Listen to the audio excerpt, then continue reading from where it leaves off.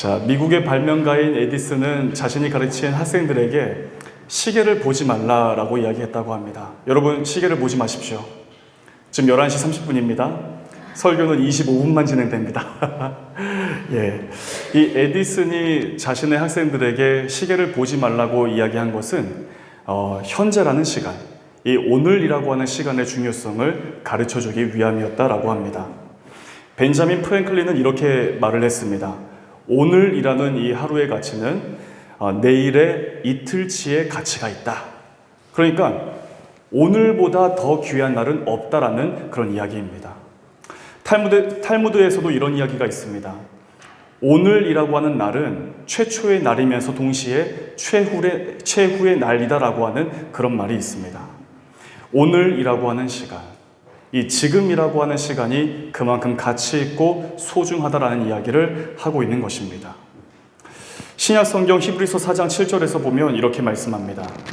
오랜 후에 다윗의 글에 다시 어느 날을 정하여 오늘이라고 미리 이같이 일렀으되 오늘 너희가 그의 음성을 듣거든 너희의 마음을 완고하게 하지 말라 하였나니. 우리는 언제나 오늘 하나님의 음성을 들어야 합니다. 우리가 어제 하나님의 음성을 들었기 때문에 정말 그 음성을 통해서 발견한 하나님의 뜻을 붙들고 어제를 살아왔다면 오늘 지금 나에게 주어진 이 시간에도 여전히 하나님의 음성 듣기를 힘써야 한다는 사실입니다. 그러기 위해서는 오늘 나의 마음을 완고하게 하지 말고 그러면서 하나님 앞에 바르게 서야 한다는 사실을 이 히브리서 기자가 다윗의 시편을 인용해서 말씀했습니다. 사랑하는 여러분, 우리는 오늘을 살아가는 은혜를 얻은 참으로 복 있는 사람들입니다. 이 오늘이라는 시간에 다른 많은 것들을 선택할 수 있는 기회가 있었지만 그럼에도 불구하고 우리 발리하님 교회 성전으로 모여 예배 드리러 오기 위해 선택한 우리들입니다. 왜 우리는 예배를 드리기 위해 우리가 가진 자유를 가지고 이곳 성전으로 함께 모였을까요? 그 이유가 무엇입니까? 우리에게 믿음이 있기 때문입니다. 우리 모두는 신앙생활을 하는 사람들, 바로 성도이기 때문에 그렇습니다. 이 신앙생활을 한다는 것은 하나님의 약속의 말씀에 근거해서 하나님의 말씀을 따라 살아가는 삶을 가리키는 것이 바로 신앙생활입니다. 하나님께서 오른쪽으로 말씀하시면 우리는 그 말씀을 따라 오른쪽을 선택합니다. 하나님이 왼쪽을 말씀하시면 마찬가지로 그 말씀을 따라 왼쪽을 선택하며 살아가야 하는 것입니다. 하나님이 좋아하시는 것을 우리가 힘써 행하고 하나님이 싫어하시고 미워하시는 일들은 내가 힘써 행하지 않는 것, 이게 신앙생활이라고 할 수가 있습니다. 그런데 이렇게만 이야기한다면 이 신앙생활은 굉장히 무미건조하고 기계적일 수 있습니다.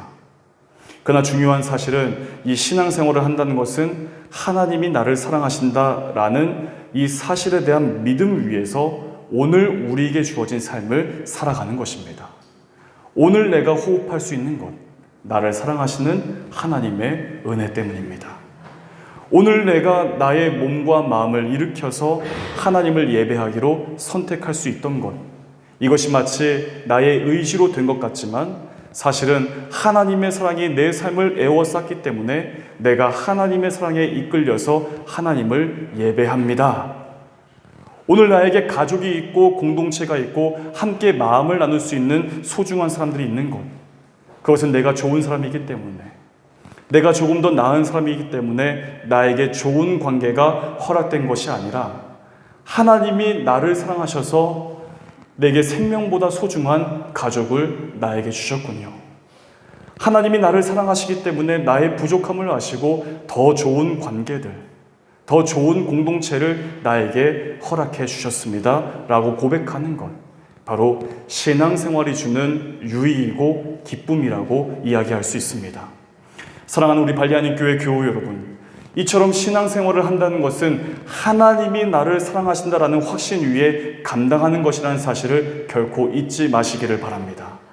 하나님이 나를 사랑하신다라는 믿음이 더욱 견고해질 때 우리는 감사하지 못할 상황에서 감사를 고백하게 되고 기뻐할 수 없는 상황에서 기쁨을 노래할 수 있고 모든 일에 평강의 복을 누릴 수가 있습니다. 오늘 우리는 다윗의 시편인 시편 18편 말씀을 함께 나누려고 합니다. 이 시편 18편 말씀을 통해 정말 과연 이 다윗에게 어떠한 믿음이 있었기에 그가 흔들림 없고 변함없이 여전히 오늘 하나님을 찾고 오늘 하나님께 엎드리고 오늘 내가 하나님을 사랑합니다라고 고백할 수 있었던 그 믿음이 무엇인지 우리가 말씀을 통해서 함께 나눌 수 있기를 원합니다. 그래서 우리 모두 역시 이 다윗과 같은 믿음을 가지고 행복한 신앙생활을 감당하시기를 주님의 이름으로 축복합니다. 아멘. 먼저 첫 번째입니다.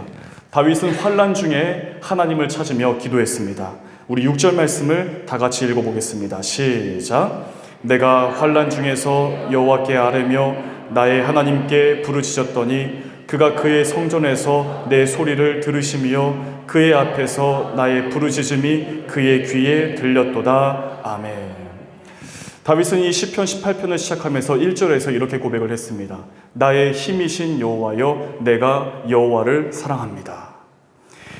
이 하나님의 사랑을 확신하면서 다윗 역시 나도 하나님을 사랑합니다라고 고백했습니다.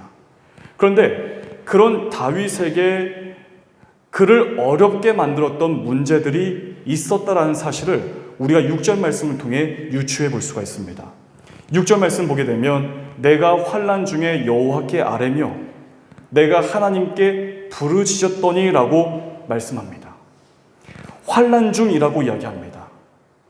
감당하기 어려운 그 힘든 문제가 내게 찾아왔고 스스로 해결할 수 없어서 하나님께 기도할 수밖에 없던 자신의 상황을 지금 하나님께 기도로서 말씀을 드리고 있는 다윗의 상황을 우리가 볼 수 있게 되는 것입니다. 그러나 우리가 여기에서 주목해야 할 다윗의 모습은 내가 환난 중에 여호와께 아뢰며 라고 하는 표현입니다. 환난 중에 정말 문제가 폭포수같이 덮쳐오는 그런 견디기 힘든 상황에서 자신의 힘으로 그 문제 앞에 서려고 하거나 혹은 도망하고 피하려고 숨은 것이 아니라 다윗이 선택했던 그 방법은 하나님을 찾고 하나님께 지금 내가 처한 상황들을 기도로서 말씀드리기로 선택하겠다라고 하는 그런 다윗의 결단을 우리가 주목할 수 있어야 한다는 사실입니다. 그 환난의 때가 어떠했는지 4절과 5절에서 이렇게 말씀해 줍니다. 사망의 줄이 나를 얽고 불의의 창수가 나를 두렵게 하였으며 수월의 줄이 나를 두르고 사망의 올무가 내게 이르렀도다. 다윗이 지금 겪고 있는 이 환난의 상태, 그 상태를 네 가지 표현으로 아주 짧게 이야기하고 있습니다. 사망의 줄, 불의의 창수, 수월의 줄, 사망의 올무. 어떻습니까? 어두운 단어들 아닙니까? 무서운 표현입니다. 이 죽음과 관련된 표현들로만 가득해 있습니다. 이 4절과 5절 말씀을 메시지 성경은 이렇게 번역합니다. 사형 집행인의 올가미가 내 목을 단단히 죄고 마귀의 물살이 나를 덮쳤다. 지옥의 끈에 꽁꽁 묶이고 죽음의 덫에 갇혀 출구가 모조리 막혔다. 목을 단단히 죄고 끈에 꽁꽁 묶였다. 출구가 모조리 막혔다. 정말 옴짝달싹 할 수 없는 이러지도 저러지도 못하는 진퇴양난 사면초가의 상태에 지금 완전히 갇혀버려 있는 다윗의 모습을 우리가 이 말씀의 표현을 통해서 볼 수 있게 되는 것입니다. 이런 표현들을 볼 때 다윗이 얼마나 극심한 고통과 절박한 상황 가운데 있었는지, 그저 내가 힘이 듭니다, 나를 도와주십시오, 고통스럽습니다, 내 기도를 들어주십시오라고 정도가 아니라 죽음의 그림자가 드리워진 그 어두운 그늘 아래에서 하나님이 아니면 지금 나 자신을 구원해 줄 수 있는 그 어떤 존재도 없다는 사실을 간절히 믿는 그 믿음으로 하나님께 전적으로 지금 자신의 상황을 온전히 맡겨드리고 있는 이 다윗의 심정을 우리가 발견할 수 있게 되는 것입니다. 목숨이 위협받고 있는 상태입니다. 사느냐 죽느냐 하는 그런 위기 속에서 내가 찾고 오직 의지할 분은 오직 하나님밖에 없음을 다윗이 믿음으로 알았기 때문에 하나님을 찾고 하나님을 향해 간절히 부르짖은 다윗을 우리가 볼 수 있는 것입니다. 다윗이 우리와 다른 사람이었을까요? 모든 면에서 승승장구했고 모든 일에서 형통하기만 했던 사람일까요? 전혀 그렇지 않습니다. 어쩌면 우리보다 더 힘들고 어려운 일생을 살았던 사람이 다윗이라고 할 수가 있습니다. 사울이 두 눈 부릅뜬 채로 자신의 군사 3,000명을 동원하면서까지 다윗을 쫓고 쫓았습니다. 다윗이 할 수 있는 일이 없었습니다. 다윗이 할 수 있던 그 일은 바로 도망할 수밖에 없었습니다. 큰 나무들로 우거진 숲을 사이로 들어가서 숨었지만 사울이 끝까지 찾아와서 그를 추격했습니다. 깊은 굴에 숨어 있어도 사울은 여전히 칼과 창을 들고서 추격해 왔기 때문에 이 다윗은 늘 죽음의 위기 가운데 놓여 있었습니다. 이때 다윗이 할 수 있었던 방법은 하나님을 찾고 하나님께 기도하며 부르짖는 것 외에는 할 수 있는 일이 전혀 없었습니다. 그가 왕이 되었기 때문에 그에게 있었던 모든 문제들이 다 없어졌을까요? 그렇지 않습니다. 여전히 사울을 추종했던 세력들이 숨은 채로 다윗을 공격했습니다. 게다가 자신의 사랑하는 딸 다말이 아들 암몬에게 겁탈을 당하는 일이 있었습니다. 서로 배다른 자식들이었는데 오빠가 여동생을 추행하는 일이 있었습니다. 이 일이 빌미가 되어서 왕자들끼리 칼을 겨누고 서로가 죽고 죽이는 그런 일들이 있었습니다. 그 중에서 압살롬이라고 하는 이 아들은 반역해서 아버지인 다윗을 죽이려고 했던 불행스러운 일도 이 다윗이 겪어야만 했습니다. 다윗이 그가 늙고 힘이 없을 때쯤 젊었을 때부터 자신을 따랐던 믿음직스럽고 충성스럽던 요압이라고 하는 이 부하 장군이 다윗을 배신했습니다. 어떻게 인생이 이럴 수 있을까요? 자기 아버지와 자기 형들에게 이 다윗은 인정조차 받지 못했습니다. 선지자에게 기름 부음을 받고서 이제 승승장구하는 인생이겠거니라고 생각했겠지만 오히려 모든 것을 다 잃고 도망자 신세가 되었습니다. 자기 아내인 미갈도 다윗을 비아냥거렸습니다. 자기 자식들이 서로에게 칼을 겨누었을 뿐만 아니라 아버지인 자신을 향해 칼을 들기도 했습니다. 믿었던 부하마저도 자신을 배신했습니다. 그리고 그토록 의지해왔던 하나님도 이렇게 어려운 순간에는 보이질 않습니다. 이렇게 답답한 삶이 또 있을까요? 그럼에도 다윗이 했던 방법은 여전히 하나님을 찾고 하나님께 기도했다는 사실입니다. 그럼 왜 다윗은 때때로 하나님이 보이시지 않을 만큼 극심한 고통의 시간에서도 여전히 하나님을 떠나지 않고 하나님을 찾았던 그 이유가 무엇일까요? 그가 하나님을 바르게 알았기 때문입니다. 신약성경 누가복음 5장 말씀을 보게 되면 예수님을 하나님으로 바르게 아는 사람과 그렇지 않은 사람들이 극명하게 나뉘어지는 장면이 그 말씀 가운데 기록되어져 있습니다. 예수님께서 시몬 베드로를 주님의 제자로 부르시는 장면이 누가복음 5장에서 기록되어 있습니다. 베드로는 어떤 사람입니까? 이 베드로는 갈릴리 바다의 어부였습니다. 예수님을 만난 그날도 밤이 새도록 갈릴리 바다에서 그물을 내리며 고기를 잡으려고 했지만 단 한 마리의 물고기조차 잡지 못했던 이런 어부인 베드로였습니다. 그때 주님이 베드로에게 이렇게 말씀하시는 거죠. 깊은 데로 가서 그물을 내려라. 이렇게 말씀하십니다. 베드로는 베테랑 어부입니다. 갈릴리 바다를 누구보다 잘 아는 전문 어부였습니다. 파도의 높이, 바람이 어디에서 불어오는지 그 방향, 어느 지점에서 물고기를 많이 잡을 수 있는지를 잘 알았던 어부입니다. 그러니 이 베드로가 물고기를 잡지 못했다면 그 바다에는 물고기가 없는 것입니다. 그런데 랍비 같은 이 선생이라고 하는 사람이 와서 다시 깊은 데로 가서 그물을 내려 고기를 잡으라라고 이야기하는 것입니다.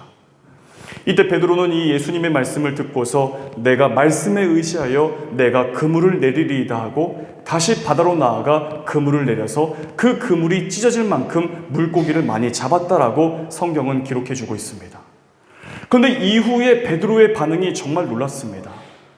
어부의 목적이 무엇입니까? 어부의 목적은 물고기를 많이 잡는 것입니다. 그런데 목적을 이루었지 않습니까? 목적을 이루을 수 있도록 도와주신 이 주님 앞에서 놀랍게도 베드로의 반응은 땅바닥에 엎드린 채로 나를 떠나소서, 나는 죄인입니다라고 주님 앞에 엎드렸습니다. 왜 그랬을까요? 왜 이런 반응을 보였을까요? 베드로는 주님을 제대로 보았기 때문이었습니다. 밤이 새도록 물고기를 잡으려고 했지만 단 한 마리로 잡지 못한 이 자신에게 다시 깊은 데로 가서 그물을 내리라고 하신 주님의 말씀대로 그물을 내렸더니 만선이 될 만큼 물고기를 잡은 기적, 정확하게 말하면 표적입니다. 이 엄청난 표적을 경험했던 베드로는 저 사람은 그저 선생이 아니구나, 그저 랍비가 아니구나, 조금 더 능력 있는 사람이 아니구나, 하나님이시구나, 하나님의 아들이시구나, 거룩한 분이시구나, 나는 이분 앞에서, 이 거룩하신 분 앞에서 결코 함께 있을 수 없는 죄인이라는 사실을 이 표적을 통해서 바르게 알았기 때문에 나는 죄인입니다, 그러니 나를 떠나십시오 하고 고백할 수가 있었던 것입니다. 사랑하는 여러분, 표적은 그저 신기하고 놀라운 일이 아닙니다. 주님께서 표적을 일으키신 참된 뜻은 이 표적을 통해 참 하나님을 바르게 볼 수 있도록 하시기 위해서였습니다. 예수님께서 베드로를 제자로 부르실 때 그 현장에는 예수님을 따르는 수많은 무리들이 있었습니다. 그 무리는 예수님이 일으키시는 기적을 보기 위해서 그 현장에 있었던 것입니다. 자신들의 배를 불려주고 병에서 낫게 해주고 이 기적을 일으키시는 모습을 지켜보면서 희열을 느끼며 기뻐했습니다. 그러나 거기까지였습니다. 표적을 통해서 주님을 제대로 보지 못한 이 무리는 결국 비극적인 사람들이 되고 말았습니다. 예수님을 십자가형에 처하기 위해서 대제사장들, 바리새인들, 서기관들, 그리고 로마와 유대 정치인들에게 휘둘려서 이 무리가 어떤 일을 했냐면 소리 높여서 저 예수를 십자가에 못 박으라, 저 예수를 십자가에 못 박으라라고 소리쳤습니다. 그렇게 예수님을 십자가로 몰아넣는 일에 선동당한 비극적이고 불행한 사람들이 바로 그 베드로를 제자로 부르시는 그 현장에 있었던 무리들이었다라는 사실입니다. 왜 그럴까요? 이들은 표적을 그저 신기한 기적 정도로만 생각했지 그 표적을 보면서 주님을 제대로 바라보지 못했기 때문입니다. 다윗은 자신의 삶과 함께 하신 하나님을 바르게 보았습니다. 그래서 모든 것이 다 잃고 갈기갈기 찢겨진 인생, 문제에 문제를 더한 삶, 심지어 때로는 하나님이 보이지 않을 만큼 영적인 답답함을 경험하기도 했던 다윗이지만 그럼에도 여전히 하나님을 찾았던 것은 바로 하나님과의 인격적인 만남의 시간이 정말 그의 삶을 애워쌌기 때문에 그 시간을 통해 바로 하나님을 바르게 보았기 때문에 그는 여전히 하나님을 찾고 하나님 앞에 엎드릴 수가 있었던 것입니다. 그래서 대적들에게 쫓김을 당하는 그 다급하고 위협스러운 상황에서도 그는 여전히 하나님을 찾고 하나님을 예배하면서 하나님께 기도했던 다윗이라는 사실을 우리가 성경을 통해서 발견할 수 있게 되는 것입니다. 사랑하는 여러분, 우리의 삶은 어떻습니까? 우리는 무엇을 바라보십니까?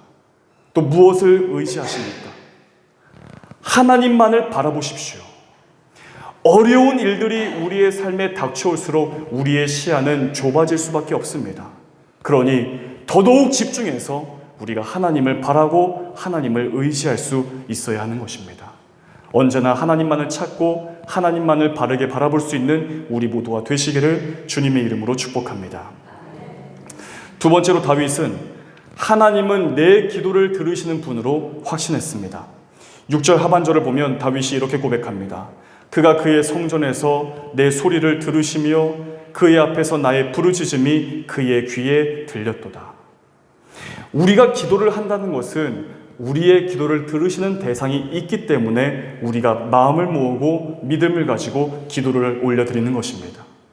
다윗은 하나님께 자신의 처지를 담아서 올려드리는 기도를 하나님이 들으시고 응답하실 것을 믿는 그 믿음을 가지고 하나님 앞에 기도했습니다. 그럼 이 다윗의 기도를 들으신 하나님께서 어떻게 응답해 주셨을까요? 7절, 8절 말씀을 우리말 성경으로 보면 하나님의 생생한 반응을 더욱 볼 수 있습니다. 우리말 성경으로 함께 보겠습니다. 다음, 오케이. 땅이 흔들리고 떨었고 산이 그 기초부터 떨리고 흔들린 것은 그분이 진노하셨기 때문입니다. 주의 코에서 연기가 피어오르고 그분의 입에서 불이 나와 삼키며 그 불로 숫덩이에는 불이 붙었습니다. 땅이 흔들리고 떨었다. 산이 그 기초부터 떨었다. 그 그 이유가 무엇입니까? 하나님이 진노하셨기 때문입니다. 왜 하나님이 진노하신 것일까요? 하나님이 너무나도 사랑하시는 다윗이 그가 처한 환난 중에서, 괴로움 중에서 하나님께 부르짖어 기도했기 때문입니다. 그 기도를 하나님께서 들으셨기 때문에 하나님의 진노가 나타난 것입니다. 8절 말씀 보게 되면 주의 코에서 연기가 피어오르고 입에서 불이 나와 삼키며 그 불에 숯이 피었다라고 합니다. 하나님의 코에서 연기가 피어오르고 입에서 불이 나와서 삼킬 정도라고 합니다. 왜 하나님의 코에서 연기가 나오고 그 입에서 불이 나온 것일까요? 다윗을 너무나도 사랑하시는 하나님이시기 때문입니다. 제가 발리로 오기 전에 제가 제 아들 휘영이에게 해주고 싶었던 것이 하나 있습니다. 그것은 뭐냐면 휘영이와 관계를 했던 친구들과 좋은 시간을 보내고 그 모습을 사진으로 남겨주고 싶었습니다. 그 중에서 저와 오랜 시간 동안 교제해왔고 관계해왔던 목사님과 아이들을 어느 공원에서 만난 일이 있었습니다. 중요한 사실은 사모님들은 없었고 아빠들만 있었다라는 사실입니다. 근데 이 아이들이 재미있게 모래놀이를 하고 있었는데 조금 덩치 크고 얼굴이 좀 까무잡잡한 어떤 아이가 저희 아이들에게 오더니 이렇게 이야기하는 것입니다. 야, 너희들 나랑 같이 놀래? 그러는 거예요. 그래서 제가 그 모습 보면서 형이랑 놀면 더 좋겠다 하고 별로 신경 쓰지 않았습니다. 그런데 이 조금 더 등치 큰 이 형이 소리를 높이면서 제 아들 휘영이에게 뭐라 이야기하는 게 저에게 들려오는 거예요. 그래서 제가 뭐 때문에 그랬는지 거리를 둔 채로 조금 더 집중해서 귀를 더 크게 열고 뭔 얘기하는지 한번 들어봤습니다. 그랬더니 모래성을 쌓고 터널을 만들고 있는데 삽을 들고 있었던 제 아들이 조금 어설프게 하다 보니까 자꾸 그 성을 무너뜨려 버리고 마는 거예요. 그랬더니 이 형이 너 그렇게 하면 안 돼. 너 저리 가. 그러는 거죠.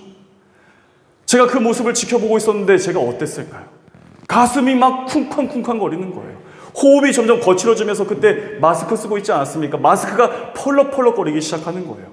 그러면서 눈이 이글이글한 채로 그 아이를 계속 보고 있는데 옆에 있던 목사님이 장 목사님 워우 좀 참으시라고 조금 우리가 참고 기다려보자고 해서 그 바람에 제가 진정했지 아니었으면 그 모래밭이 다 뒤흔들리고 그 공원이 불바다가 되었을 것입니다. 왜 그럴까요? 제가 제 아들을 사랑하기 때문입니다. 제 아들을 너무나 사랑하니까 제 사랑하는 아들을 누가 건드리는 것을 보니까 제 마음에 알 수 없는 분노가 치솟아 오르는 거예요. 하나님의 코에서 연기가 나오고 입에서 불이 뿜어질 정도로 진노하시다라는 것은 그만큼 하나님이 다윗을 사랑하시는 하나님이시다라는 사실을 우리가 이 대목에서 알 수가 있는 것입니다. 사랑하는 성도 여러분, 하나님께서는 다윗을 사랑하시는 하나님, 바로 오늘 예배한 우리 모두를 사랑하시는 하나님이십니다. 그래서 우리의 기도를 들으시고 응답하시는 하나님이십니다. 우리가 우리의 이 크고 작은 일상에서 겪었던 여러 일들을 정말 하나님께 믿음을 가지고 기도로서 맡겨드리고 나아갈 때 그 기도를 들으신 하나님의 반응은 우리를 보시면서 안타까워하시고 문제를 겪고 있는 우리 자신보다 더 많이 아파하시고 또한 우리보다 더욱 슬퍼하시는 것입니다. 그래서 결국 우리를 죄악과 이 죄악이 주는 문제로부터 구원해 내시기 위해서 하나님께서는 하나님의 아들 예수 그리스도를 우리 가운데로 보내신 것입니다. 내가 환난 중에 나의 하나님께 부르짖었더니 그 부르짖음이 하나님께 들렸도다. 정말 이 말씀보다 우리에게 힘이 되는 말씀이 또 어디에 있을까요? 이 말씀보다 우리에게 위로를 주는 말씀이 또 어디에 있을까요? 사랑하는 여러분, 하나님만이 우리의 위로가 되시고 하나님만이 그래서 우리의 힘이 되시는 것입니다. 하나님께서 우리를 사랑하여 우리에게로 보내주신 하나님의 아들 예수 그리스도만이 우리의 생명 되시고 우리가 살아갈 살 소망이 되시는 것입니다. 이제 우리는 우리가 살아왔던 세상으로 다시 돌아갑니다. 언제 어떤 일들이 우리에게 닥쳐올지 알 수가 없습니다. 어제는 저에게 정말 황망한, 정말 마음을 추스르기 힘들 정도의 정말 큰 아픔이 있었습니다. 저와 저희 가정을 정말 많이 아끼셨던 우리 사랑하는 여자 장로님 한 분이 어제 하나님 품에 안기셨습니다. 제가 발리로 파송받던 날 제 손을 꼭 잡아주시면서 목사님 건강하게 발리에서 사역 잘 하시고 우리 꼭 다시 봅시다. 그러고 인사를 해주셨는데 너무나 갑작스럽게 세상을 떠나신 거예요. 교회를 누구보다 충성스럽게 섬겼던 분입니다. 누구보다 목회자를 아껴주시고 사랑해 주셨던 분인데 너무나 안타까운 마음이 들지 않을 수가 없었습니다. 우리의 삶이 이렇습니다. 한치 앞의 일을 알 수 없습니다. 지나온 세월이 쏜살과 같이 빠르게 흘러왔지만 그 빠르게 흘러왔던 세월을 결코 붙잡을 수가 없습니다. 점점점 우리의 몸과 마음은 노쇠하여져 가지만 그런 우리를 구원할 수 있는 방법은 우리에게 전혀 없습니다. 그러나 우리가 믿고 의지하는 예수 그리스도, 우리의 기도를 들으시는 우리 주님이 있기에 다시 돌아갈 이 세상, 우리가 살아가야 할 삶의 현장은 살아볼 만한 사명을 감당해야 할 그런 멋진 장소가 될 수가 있는 것입니다. 이번 한 주간 살아가실 때 오늘 주신 이 시편 18편의 말씀을 꼭 기억하면서 한 주간 하나님만을 바라고 하나님만을 의지하며 하나님과 동행하는, 그래서 다윗처럼 정말 승리의 기쁜 노래를 부르며 나아가는 우리 모두가 되시기를 주님의 이름으로 간절히 축복합니다. 기도하겠습니다. 다윗을 사랑하신 하나님, 내가 하나님을 사랑합니다라고 고백했던 그 고백이 나의 고백될 수 있기를 원합니다. 내 삶에 어떠한 환난과 어려움과 문제가 닥쳐와도 다윗이 그러했던 것처럼 언제나 하나님만을 찾고 하나님만을 바라보며 하나님께로만 도움을 구하는 삶이 되기를 간절히 고백합니다. 다윗의 기도를 들으신 하나님, 우리의 삶에도 여러 기도 제목들이 많습니다. 하나님께서 들으시고 하나님의 때와 방법을 따라 신실하게 응답하신 하나님을 저희들이 살아가는 삶의 현장에서 경험하며 살아가는 승리의 삶으로 인도하여 주시옵소서. 모든 말씀 우리 주 예수 그리스도의 이름으로 간절히 기도하옵나이다. 아멘.